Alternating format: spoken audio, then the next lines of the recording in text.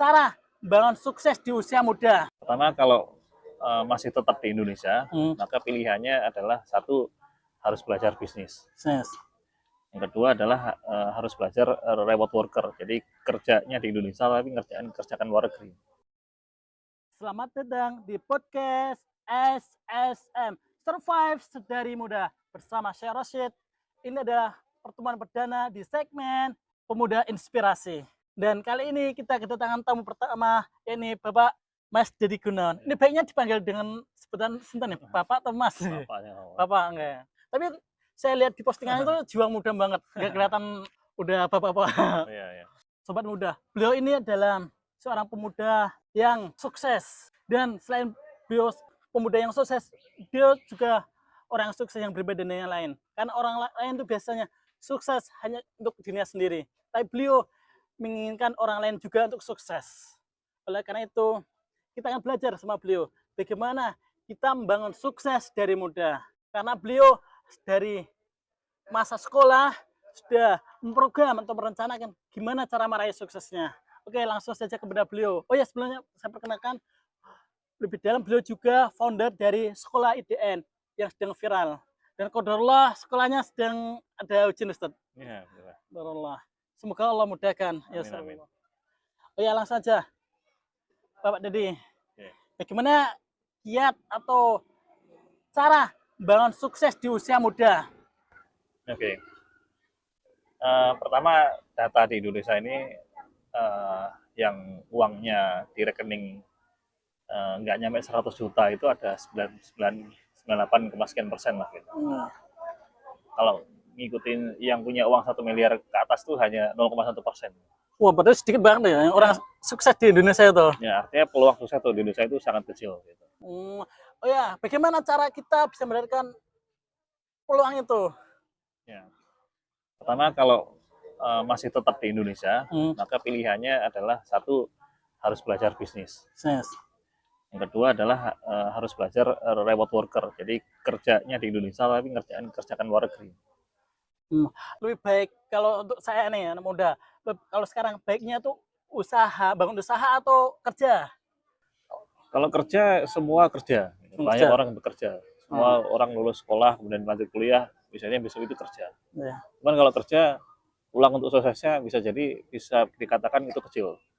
Artinya 0,1% itu ya dari 1000 cuma 1 yang sukses gitu. Oke, kalau begitu di tempat manakah untuk bisa sukses? Kalau kerja di mana untuk bisa dapat kesuksesan di usia muda?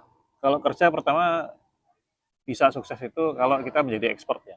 Artinya sejak awal jalur yang saya temui dulu ya awalnya sertifikasi internasional. Internasional waktu itu di zaman saya ada Cisco, ada CCNA yang dasar, kemudian menengah itu ada profesional, yang paling tinggi itu expert. Nah, kalau kita sampai level yang paling tinggi CCI itu untuk di Indonesia saat ini ya murid-murid saya penghasilannya per bulan bisa 50 sampai 80 juta sebulan. Masya Allah. Berarti masih sekolah udah bisa menghasilkan uang sebesar itu, Pak? Bukan masih sekolah, kalau sudah bekerja sih. Oh, saya bekerja. Ya.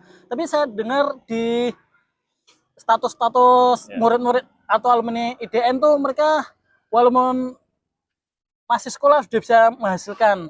Ya, alhamdulillah ada yang sudah tahun lalu kan kita bacakan pencapaiannya itu sudah sampai 100 juta lebih. Ada yang sedikit, ada beberapa, nggak semuanya, mayoritas masih puluhan juta. Memang kita desain kurikulum agar sekolah itu bukan cuma belajar. Jadi di Indonesia ini masalah utamanya adalah dari TK sampai kuliah itu calistung gitu. Belajarnya membaca, nulis, ngitung dari TK sampai kuliah gitu. Terus yang diperlukan apa kalau selain calistung? Ya, kalau saya sih kemandirian ya. Artinya kita outputnya itu terampil, mandiri, berdaya lah gitu. Jadi kan banyak nih buih lulus cuman buih dari lautan aja. Artinya lulus sekolah, lulus kuliah itu nggak bisa apa-apa gitu. Nggak punya keterampilan apa-apa. Nah, kita nggak ingin lulusan yang seperti itu. Kita pengen punya lulusan itu dia terampil dan berdaya, bisa punya uang sendiri, bisa mandiri dari situ. Ya, keterampilan apa ya Pak yang kira-kira saat ini menjanjikan biar bisa menghasilkan uang sampai miliaran gitu? Harus dari jualan ya. Jualan. Bisnis. Startnya dari jualan, kemudian ya belajar bangun tim, bangun SDM, bangun sistem, ya nanti ke arahnya bisnis. Gitu. Oh ya, saya sering lihat di postingan jenengan kalau ingin sukses jangan kerja di Indonesia, karena di Indonesia itu istilahnya sedikit orang yang sukses dari kerja, dan jenengan sering nyarankan kerja di luar negeri. Itu kenapa? Ya gampangnya kalau di Indonesia ini mau sampai level profesor mau kuliah S3 sekalipun itu untuk beli HP iPhone yang baru pun mungkin butuh beberapa gaji, butuh Iya, beberapa bulan gaji gitu. saya juga rasakan mau beli handphone belum kecapean. Artinya kalau di luar negeri seperti di Australia itu kerja buruh kasar, cuci piring, angkat-angkat pot, nyabutin rumput aja itu cukup sebulan gaji gitu. Sebulan itu bisa kebeli. 2 bulan gaji bisa beli mobil gitu. Oh, Masya Allah. Nah di Indonesia ini mau sepintar apapun, mau sekerja keras apapun, mau sekerja cerdas apapun nggak bisa. Kalau di luar negeri ya, bagi kita seorang muslim, bagaimana cara menjaga agama biar tetap bisa beribadah dengan baik? Pertama di luar negeri itu juga banyak masjid ya. Di Amerika pun banyak masjid, Islamic Center juga banyak. Artinya dimanapun kita, selama kita berhubung, tersambung dengan orang-orang soleh circle-nya, insya Allah tetap terjaga. Di Indonesia sekalipun kalau kita nggak terhubung dengan orang-orang soleh, cara ikut kajian juga nggak terjaga gitu. Artinya ini masalah tempat aja. Kalau antum dimanapun itu, antum circle-nya yang masuk ke dalam lingkungan orang-orang soleh, insya Allah terjaga dimanapun nggak ada masalah gitu. Jadi masalah walaupun di Indonesia sekalipun, tapi jarang kajian, jarang terhubung orang soleh, jarang ke masjid, ya itu pun juga nggak terjaga gitu. Saya ingin tanya untuk jenengan sendiri, jenengan mendapatkan 1 M pertama itu di usia pinten nggih? Saya 30 tahun. 30 tahun. Ya. Berarti pas usia saya. Ya, Masya Allah, jenengan senengnya umur? Saya 42. 42, Masya Allah. Itu dari usaha apa aja ya? Ya saya konsultan IT, ada bisnis IT, ada project ya, ya macam-macam gitu. Berarti membangun usaha itu semenjak masih sekolah SMK atau setelah lulus kuliah? Kalau saya usaha sudah sejak zaman sekolah ya. Zaman sekolah saya sudah jualan, sudah nyari uang, sudah bisnis. Kuliah tinggal lanjutin ya. Kerja pun juga kita ya sudah sambil nyari bisnis, bikin bisnis ya. Jadi kerja sambil bikin bisnis. Jadi memang sudah sejak awal. Berarti kerja nabung buat modal bisnis atau kerja jalan, bisnis jalan? Ya, keduanya jalan, kerja jalan, bisnis jalan. Oh, Masya Allah. Menggabungkan dua hal, kerja sendiri, kerja jalan, bisnis juga jalan. Ya kalau saya lihat anak-anak pondok kan juga begitu. Artinya pondok jalan, sekolah jalan. Oh, enggak. Secara ekosistem mereka sudah terbentuk seperti sudah terbentuk seperti itu, tinggal dikembangkan. Tinggal kalau sebelumnya adalah sekolah dan pondok, berikutnya ya kerja sama bisnis. Oh ya, kan saya juga alumni pesantren ya. Ada pesan khusus nggak untuk santri, gimana biar mereka tuh setelah lulus dari pesantren bisa mampu beradaptasi dan bisa juga meraih kesuksesan? Banyak pesantren yang lupa bahwasanya setelah lulus dari pondok itu bukan kemudian langsung masuk surga. Ya betul ya. Artinya mereka harus menghadapi kerasnya kehidupan di dunia. Ya, kadang berbeda juga antara pendidikan di pondok dengan kerasnya dunia luar. Ya. Saya pernah ngerasain. Artinya di pondok hari ini orang suruh fokus belajar aja, fokus tahfidz aja. Iya. Nggak biasa kerja, tidak dilatih untuk bekerja. Sehingga lulus pondok juga nggak bisa kerja, nggak punya kemampuan apa-apa, nggak bisa apa-apa. Nah, artinya misalkan dia lulus pondok dipakai pengabdian sekalipun, dia bantu pondok pesantren tempat dia pondok dulunya pun ke tempat yang lain, itu juga etos kerjanya rendah karena nggak biasa dilatih bekerja. Ketika di pondok dia biasa dilayani, begitu lulus pondok suruh melayani, ini nggak bisa gitu. Itu banyak terjadi di banyak pondok begitu. Artinya lulus dari pondok kita taunya sudah punya kemampuan ngurusi pondok lah. Nah, itu ternyata jauh gitu. Artinya karena waktu pondok dia biasa dilayani, begitu selesai pondok pengabdian suruh melayani, nggak bisa. Masalah di situ. Sehingga yang kemudian muncul ya karena masih muda, ya emosional, suka menghukum dan akhirnya banyak masalah itu. Maka ya perlu dilatih keterampilan hidup, life skill gitu. Keterampilan apa ya yang kira-kira sangat menjanjikan di saat ini, zaman ini, untuk terutama anak muda, terkhusus anak pesantren?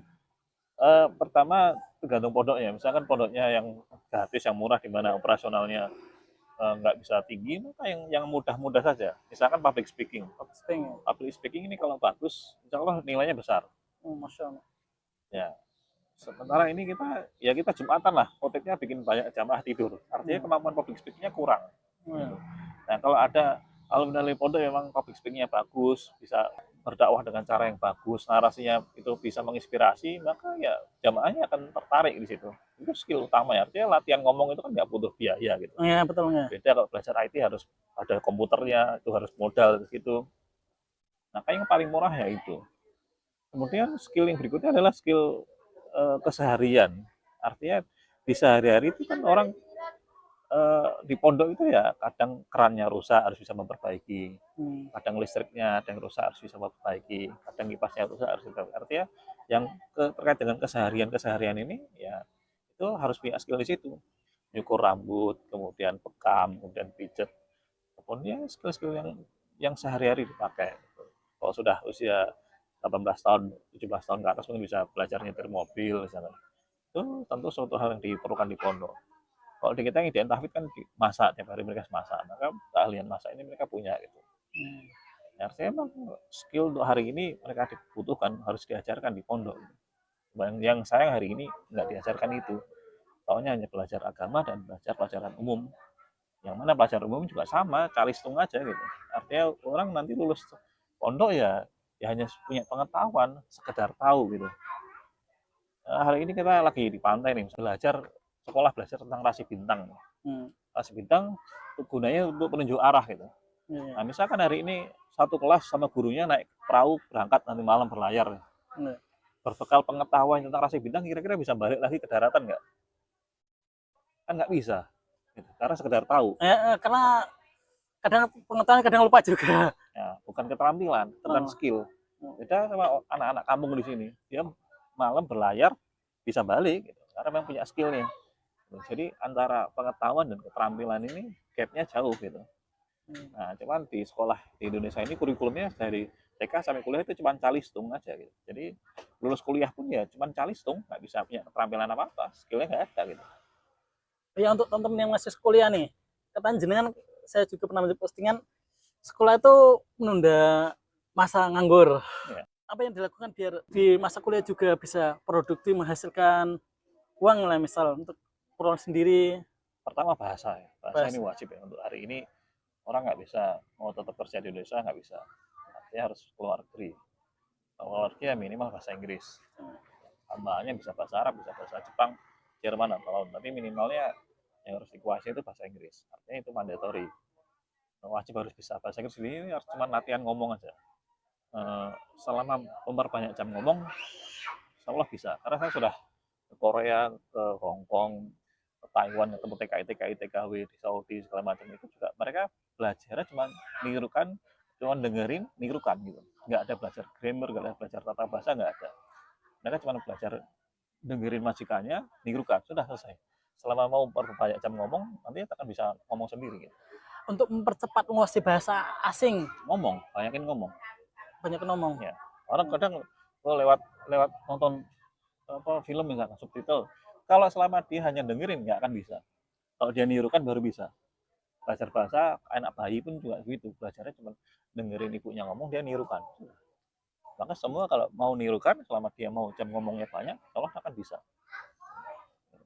Tapi kalau hari ini mau ikut kursus dimanapun dan belajarnya hanya nulis gitu, dengerin gurunya, maka nggak akan pernah bisa.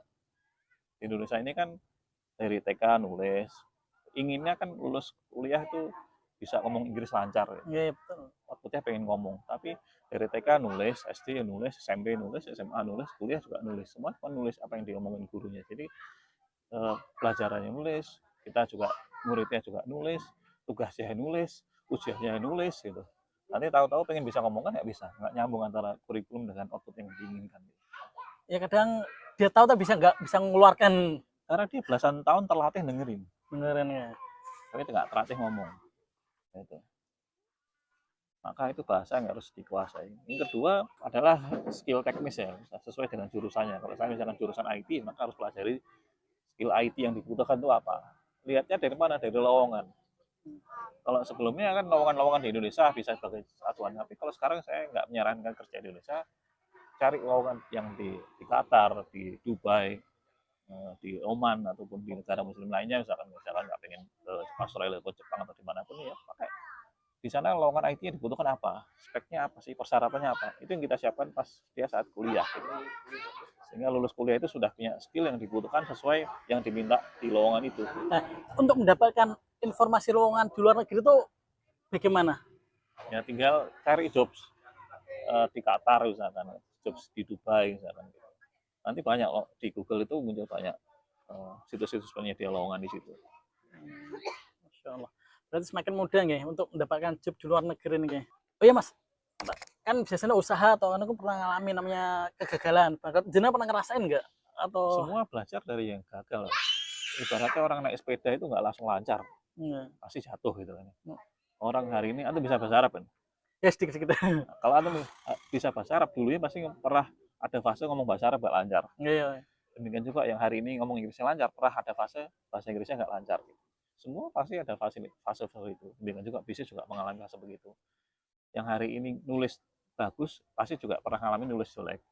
Yang hari ini nyupir mobil lancar juga dulu ngalami naik mobil belajar mati-mati mesinnya ataupun maju mundur dan seterusnya, itu masih semua ngalami itu. Artinya itu hal yang wajar, nggak ada masalah dengan itu. Hanya di pendidikan ini kan kadang kegagalan itu tidak dibolehkan, tidak diajarkan. Misalkan orang ujian soalnya ada 10, salah 4, maka nilainya 6, cuma begitu. Artinya kegagalan ini tidak ditolerir di dunia pendidikan.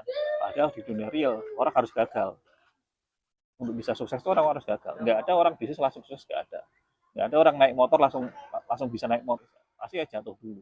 Gimana kiat biar bangkit atau semangat lagi ketika dia pernah mengalami gagal? Misal saya sebagai seorang pedagang nih, pernah bangkrut, pernah ditipu, gimana biar munculkan semangat lagi agar mau berdagang dan bisnis lebih giat? Pertama kalau hanya sekedar jualan-jualan aja, ya ketika ada hal-hal semacam itu kita bisa down ya. Tapi kalau memang ini jiwa yang kita senangi di situ, hobi kita di situ, nggak dapat apapun kita masih tetap mau fight di situ gitu. Ya misalkan orang hobinya mancing, dia sambil jualan alat-alat pancing. Misalnya rugi pun dia tetap aja jualan pancing karena passionnya di situ. Sehingga tetap dia akan mau bertahan, mau berupaya cari jalannya biar sukses di dunia pancing memancing itu. Cuman berbeda kalau memang itu bukan dunianya gitu. Artinya hanya sekedar ikut-ikutan gitu. Ada orang bisnis A buka A gitu. Nah itu maka endurance daya tahannya untuk bisa survive di situ tuh lebih rendah gitu. Sedangkan orang suka otomotif, dia buka bisnis bengkel. Ketika bengkelnya nggak terlalu rame pun dia tetap mau survive di situ karena memang itu jiwanya dia di situ gitu. Demikian juga orang bikin kelas tahsin, kelas tahfidz misalkan, dia suka ngajar ngaji, walaupun misalkan kelasnya sepi pun pasti tetap bisa survive di situ.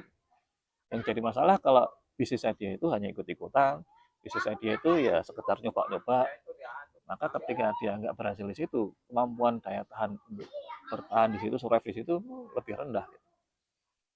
Berarti kan untuk mulai bisnis itu sesuaikan dengan bakat atau hobi ya, begitu. Ya, kecuali antum punya banyak uang ya. Yeah. Kalau punya banyak uang, nggak berhasil di sini, coba lagi ini, nggak masalah. Karena modalnya masih banyak gitu. Gagal satu masih bisa nyoba yang lain, nanti ketemu berhasil salah satunya. Tapi kalau antum mau modalnya terbatas, hanya bisa memilih satu atau dua bisnis yang bisa dijalankan, ya maka harus benar-benar yang antum di situ enjoy di situ dan antum merasa itu jalan hidup antum di situ. Sehingga antum mau fight berdarah-darah di situ. Karena semua bisnis itu ya mengalami fase di situ. Kalau belajar bisnis langsung rame, langsung sukses itu nggak ada gitu.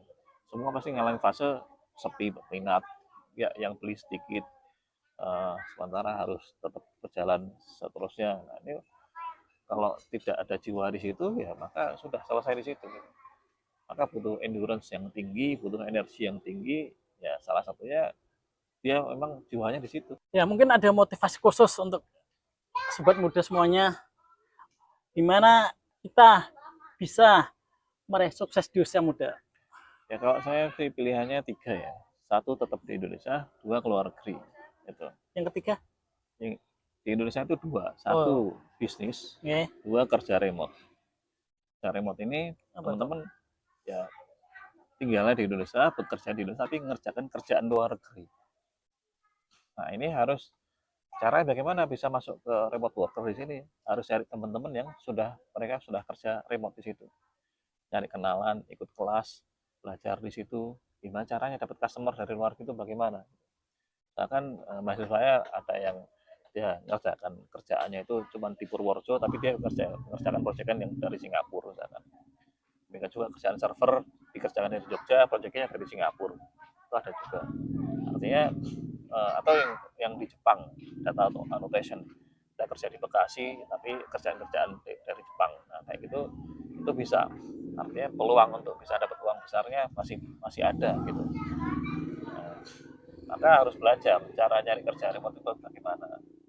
Platformnya yang dipakai upwork.com, bisa daftar di situ. Kemudian belajar dari yang ikut grup WA, kalau ada acara offline ikut acara offline gitu, sehingga punya circle di situ.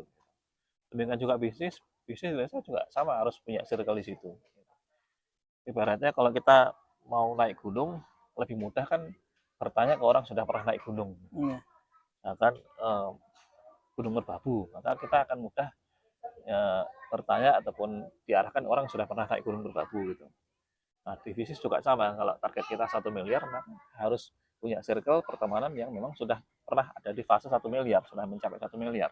Minimal ya 100 juta gitu. Saya mahasiswa saya kan, mereka saya targetkan mereka lulus dari IDN dan punya penghasilan 100 juta misalkan. Rata-rata yang lulus dari IDN tuh dapat saya 100 juta awal tuh di usia berapa ya? Ya saya 20-an. 20-an, ya. Masya Allah. Karena kan di kita programnya wisuda di Madinah. Kenapa wisuda di Madinah? Di saya ini kan mayoritas di tempat saya kuliah di IDN itu kan beasiswa, karena kita kuliahnya kan gratis, mayoritas beasiswa menengah ke bawah dari kalangan yang nggak mampu. Masya Allah. Maka kenapa harus wisuda di Madinah? Karena ada umrohnya. Umroh itu kan untuk memagari dari kemiskinan. Orang yang umroh kan nggak bisa miskin. Artinya dia menyelamatkan diri, keluarganya, mau merubah hidupnya. Pakai cara apa? Cara umroh. Dengan dia umroh, maka ya sudah nggak miskin lagi. Dia sudah pernah tahu caranya dapat 100 juta pertama. Kalau dia sudah tahu caranya dapetin 100 juta pertama, nanti dia akan tahu cara dapetin 100 juta kedua, 100 juta ketiga, dan seterusnya. Sebagaimana dulu ketika masih kecil, mungkin anak-anak SD mungkin belum pernah punya uang 100.000 gitu. Tapi ketika mungkin nanti sudah kuliah, dapat 100.000 pertama, ternyata bisa dapat 100.000 kedua gitu. Nanti kerja, dapat 1 juta pertama, 1 juta kedua, dan seterusnya, ternyata mudah.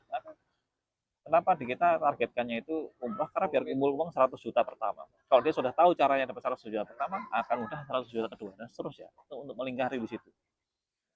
Berarti salah satu keberkahan umroh itu bisa mengunci atau menjaga harta kesuksesan gitu ya. Jadi biar dia, kadang gini, ada orang dia pernah sukses mendapatkan uang contohnya 100 juta, tapi nggak lama kemudian habis, hilang.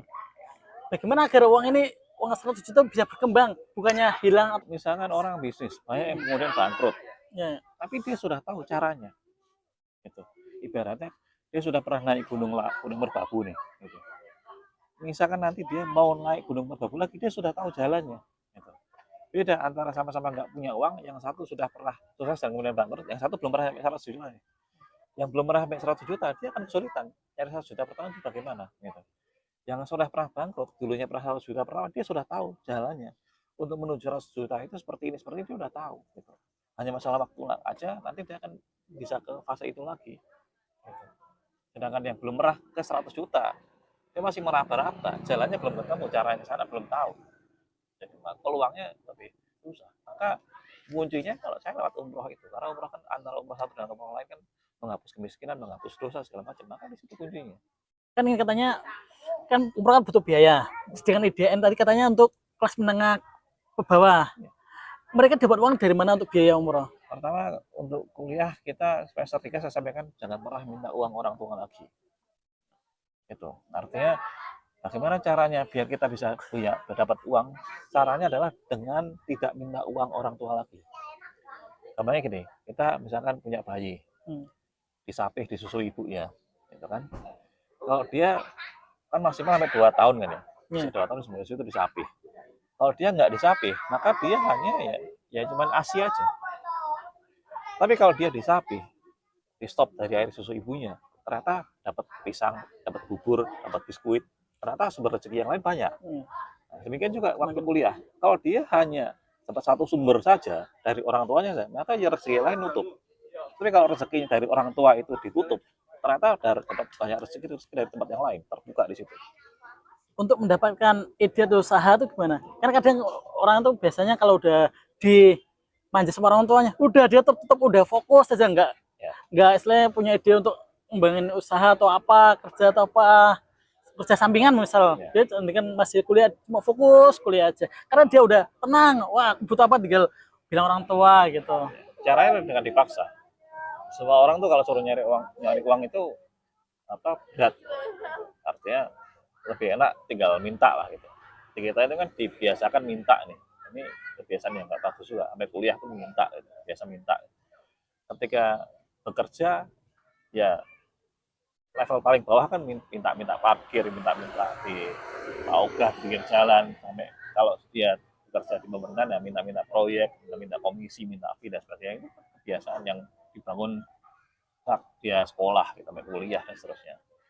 Kalau di luar kan enggak, usia SMP kan sudah dibiasakan harus cari uang sendiri, harus mencukupi kebutuhan sendiri. SMP, SMA, atau paling kuliah, umur 18 tahun sudah harus pisah dengan orang tua, harus bisa menghidupin diri sendiri. Gitu. Artinya di luar negeri, di sana, di barat, di Australia, di Eropa, itu untuk itu. Sehingga orang akan terpaksa mau nggak mau harus cari uang sendiri. Gitu. Dan itu bagus. Yang bagus memang harus seperti itu.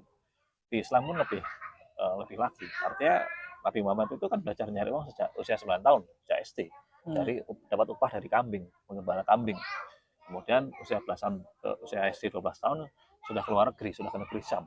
Artinya SD zaman dulu sudah kemana-mana, sudah nyari uang bisnis begitu. Kalau kemudian ada sekolah Islam yang nggak ngajarin bisnis, nggak ngajarin nyari uang, itu niru siapa gitu. Nabi aja belajar nyari uang dari sejak usia SD gitu. Kita hari ini kerjaan kita cuma dua. Satu, nyari pahala. Dua, nyari uang. Nyari pahala anak kecil sudah diajari ikut puasa, diajari ikut sholat. Tapi nyari uang nggak diajari. Ini masalah di kita nih, sehingga nggak bisa nggak menguasai ilmu keuangan. Karena beda. Kalau dia punya ilmu keuangan, sudah belajar uang sejak dini, dia bisa ngelola keuangan, bisa menggandakan keuangan. Kalau hari ini orang itu dengan sekolah, dengan kuliah justru mengalami kemunduran. Ini saya kebetulan lagi mudik di rumah mbah saya. Dulu mbah kakung saya itu di Bantul, di Jogja itu, di desa itu punya banyak sumber pemasukan. Oh, masalah. Jadi apa aja? Dari sawah, dari padi, ada sawah tebu, kemudian ada sawah jagung, kemudian ada pohon kelapa, ada pohon rambutan, kemudian ada telur, ada ayam bertelur, ayam daging, kemudian ada kambing, kemudian ada sapi.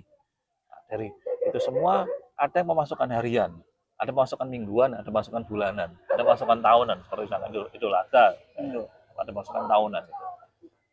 Nah, dengan berbagai macam pemasukan yang banyak itu, kemudian orang sekolah, kemudian orang kuliah, pemasukannya cuma bulanan, sekali. Dulunya punya banyak sumber pemasukan, dengan dia sekolah, dengan dia kuliah, malah mengalami kemunduran, penyusutan dari banyak sumber pemasukan, jadi cuma suatu sumber pemasukan. Ya cuma pemasukannya cuma di kantor dia kerja itu. Nah, dia kerja di perusahaan A, ya maka dia sumber pemasukannya hanya di perusahaan A itu, cuma satu. Jadi orang desa yang nggak sekolah, nggak kuliah, itu pemasukannya banyak. Begitu dia sekolah, kuliah, pemasukannya cuma satu. Ini kan kemunduran bagi saya itu. Kemudian orang dulu pemasukannya itu sering, tiap hari dapat uang. Bahasanya Mbah Putri saya kan juga di pasar, tiap hari dapat uang. Gitu. Telur juga tiap hari dapat uang. Ada pemasukan harian, pemasukan mingguan, pemasukan bulanan. Artinya sering dapat uangnya. Sekarang orang cuma sebulan sekali gajian. Iya. Artinya itu penyusutan. Gitu. Dulu orang desa yang nggak sekolah kuliah, pemasukannya sering, sekarang pemasukannya cuma sebulan sekali. Ya kadang gajiannya sekali, akhir bulan pun udah habis duluan. Ya. Itu bagi saya itu bukti bahwa sekolah kuliah itu kemunduran kalau di Indonesia. Normalnya kalau misalkan dulunya punya 5 sumber pemasukan, dengan dia sekolah kuliah, maka harapannya minimal jadi 6 sumber pemasukan, nambah 1 lah kayak gitu. Ada kemajuan. Ada kemajuan. Minimal kalau misalkan dulunya itu dapat uangnya itu pekanan, misalkan sepekan sekali, ya minimal dia sepekan 2 kali lah gitu. Jadi kan ada tambahan pemasukan juga gitu. Itu yang hari ini saya pakai pun begitu saja. Saya kuliah pun sudah punya banyak sumber pemasukan. Saya kerja iya, nyari uang dengan jualan iya, bisnis iya, nulis buku iya, ikut lomba juga iya, ngajar juga iya, training juga iya. Saya punya sumber pemasukan. Sampai hari ini pun saya juga harus punya sumber pemasukan. Oh ya, saya dengar jenengan lagi nulis buku motivasi khusus untuk pemuda. Boleh kasih bocoran apa ya isinya? Dan itu harapan saya sih saya punya kontribusi untuk menyelamatkan anak-anak muda hari ini. Karena kalau misalkan dipaksakan orang mindsetnya adalah sekolah, kuliah, kemudian kerja, ya maka nggak bisa sukses. Kalau parameter suksesnya adalah yang punya uang 1 miliar ke atas, maka yang sukses cuma 0,1%. Kalau parameter suksesnya adalah orang bisa berzakat mal, itu yang sukses juga cuma 0,6%. Artinya yang gagal ya nggak sampai di level itu 99%, lebih banyak itu. Sementara kalau ngikutin para sahabat zaman dulu, tapi itu sampai ada zaman khalifah itu di mana mau menyalurkan zakat itu susah. Artinya kalau menyalurkan zakat susah itu kan orang sudah banyak yang kaya. Kayak sukses. Ya, banyak yang bisa zakat mal dibanding yang menerima zakat mal gitu. Itu kan berarti kan Islam kan juga mengajarkan hal semacam itu, mengajarkan untuk bisa zakat mal lah gitu. Artinya orang sekarang kan kita disuruh berpuasa, maka kan berarti kita dimotivasi untuk bisa menjalankan ibadah puasa. Kita disuruh untuk sholat, maka kita berarti dimotivasi untuk sholat. Ini kan juga zakat mal, disuruh kita zakat mal. Zakat mal kan 85 gram emas. Sekarang emas 3 juta sekian. Itu sudah hampir 300 juta. Yang punya uang 300 juta di Indonesia ini, di Labuan, itu cuma 0,6%. Gitu. Karena kan 99% itu kan banyak se Indonesia itu. Terus gimana nih zakat mal ini? Itu. Sebenarnya kan perintah agama. Masa kita nggak termotivasi untuk melakukan ibadah itu? Motivasi untuk kaya apa? Ya itu minimal bisa menjalankan perintah Allah untuk bisa ibadah zakat mal. Aja. Nah, sekarang ini, untuk bisa kita melihat hari ini tuh orang Indonesia tuh aneh. Misalkan ada konser-konser begitulah. Konser itu kan hal negatif. Tapi bisa dijalankan dalam 3 hari.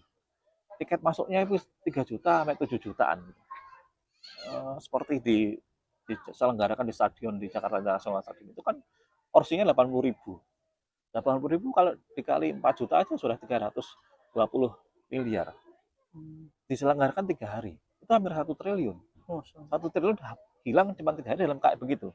Artinya kan banyak orang-orang yang kaya, punya banyak uang, tapi nggak soleh. Sehingga kayak begitu. Sementara orang soleh itu nggak berdaya. Mau bikin masjid, nyari sumbangan. Mau bikin pesantren, nyari sumbangan. Gitu. Mestinya sebaik-baik harta itu kan di tangan orang soleh.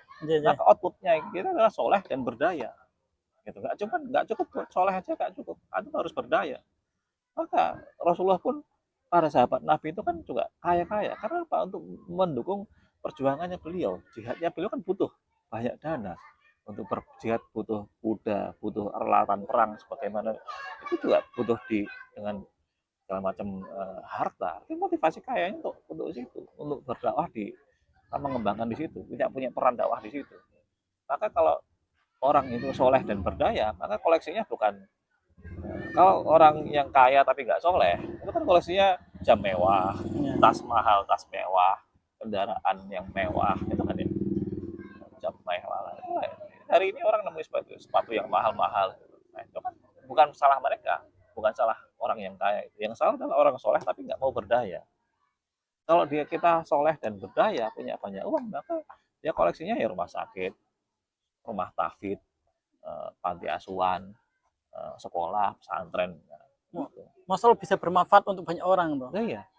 Untuk bangun sekolah, bangun pesantren butuh ratusan juta miliaran. Kalau nggak ada orang kaya, terus dari mana? Akhirnya kan harus minta donasi sana sini, gitu. Sementara umat Islam disuruh zakat mal, dimotivasi untuk zakat mal, sampai fase orang susah nyalurin zakat mal karena orang sudah saking banyaknya orang kaya di situ. Artinya kaya itu sebuah kebaikan. Di tahun 90-an, Cina itu masih miskin. Sementara Indonesia sudah bisa bikin pesawat. Jumlah gedung-gedung bertingkat di Jakarta dan di Surabaya itu sudah lebih banyak Indonesia dibanding Cina. Kok Cina bisa lebih cepat ngejar Indonesia itu gimana? Cina merubah pemahaman. Dulunya itu kan mereka kalau komunis kan sama rata sama rasa. Yeah. Cuman kalau miskin, apa yang mau dibagi rata? Apa yang mau dibagi? Sama-sama miskin. Maka presidennya waktu itu, Deng Xiaoping itu melahirkan slogan itu, kaya itu mulia. Sehingga orang tergerak untuk ya menjadi kaya. Karena kaya itu sebuah kemuliaan. Kalau sudah kaya, ada yang bisa dibagi. Bisa sama rata. Tapi kalau miskin, apa yang mau dibagi? Nah, hari ini kan juga sama ini. Di Indonesia ini kan slogan yang ditanamkan itu ya ikhlas, zuhud, tawakal. Ini semua arahnya pasrah. menghambat kita gitu, menghambat orang untuk bisa menjadi lebih lebih kreatif lagi. Contohnya gini, saat saya kuliah, ya namanya kuliah kan orang uang sakunya pasti terbatas ya. Teman saya milih hidup ngirit, artinya bangunnya siang, biar makan pagi dan makan siangnya itu dirapel, dan makan malam sehingga sehari cukup makan 2 kali sehingga menghemat banyak ya. Nah, ya saya nggak mau begitu. Artinya ya kita normal aja. Kalau misalkan uangnya kurang ya cari uang. Gitu. Sehingga saya milih bukan hidup ngirit tapi hidup kreatif. Cari cara bagaimana biar kita bisa punya sumber pemasukan sehingga kita bisa makan normal aja 3 kali sehari seperti hal normal di Indonesia gitu. Maka itu yang saya pakai sehingga saya walaupun nggak orang tua nggak ngasih uang saku, saya bisa nyari uang sendiri. Tapi kalau hidup ngirit itu tertanam di mindset, maka oke lah untuk ada sendiri nggak masalah. Tapi nanti akan berujung ketika berkeluarga. Yang jadi korban siapa? Anak istrinya. Anak istrinya ya sudah terpaksa harus hidup hidup ngirit. Hanya karena orangnya nggak mau effort untuk hidup kreatif, nggak mau nyari pemasukan tambahan sehingga ya sudah gitu aja. Harus ditanamkannya ya syukur, banyak-banyak syukur, banyak-banyak. Ada bersyukur itu bukan di akhir. Bersyukur itu di awal. Kita dikasih potensi A, B, C, D, maka itu dimaksimalkan potensinya. Gitu. Ibaratnya misalkan orang ada nggak punya motor, punya mobil, punya bis, punya potensi ini semua. Tapi yang kemudian yang dipilih untuk nyari uang adalah ngojek, kayak motor. Padahal dia punya mobil, punya bis yang bisa disewain. Kalau dia punya bis disewain, dapat lebih banyak. Ya, direntalkan dia bisa dapat banyak.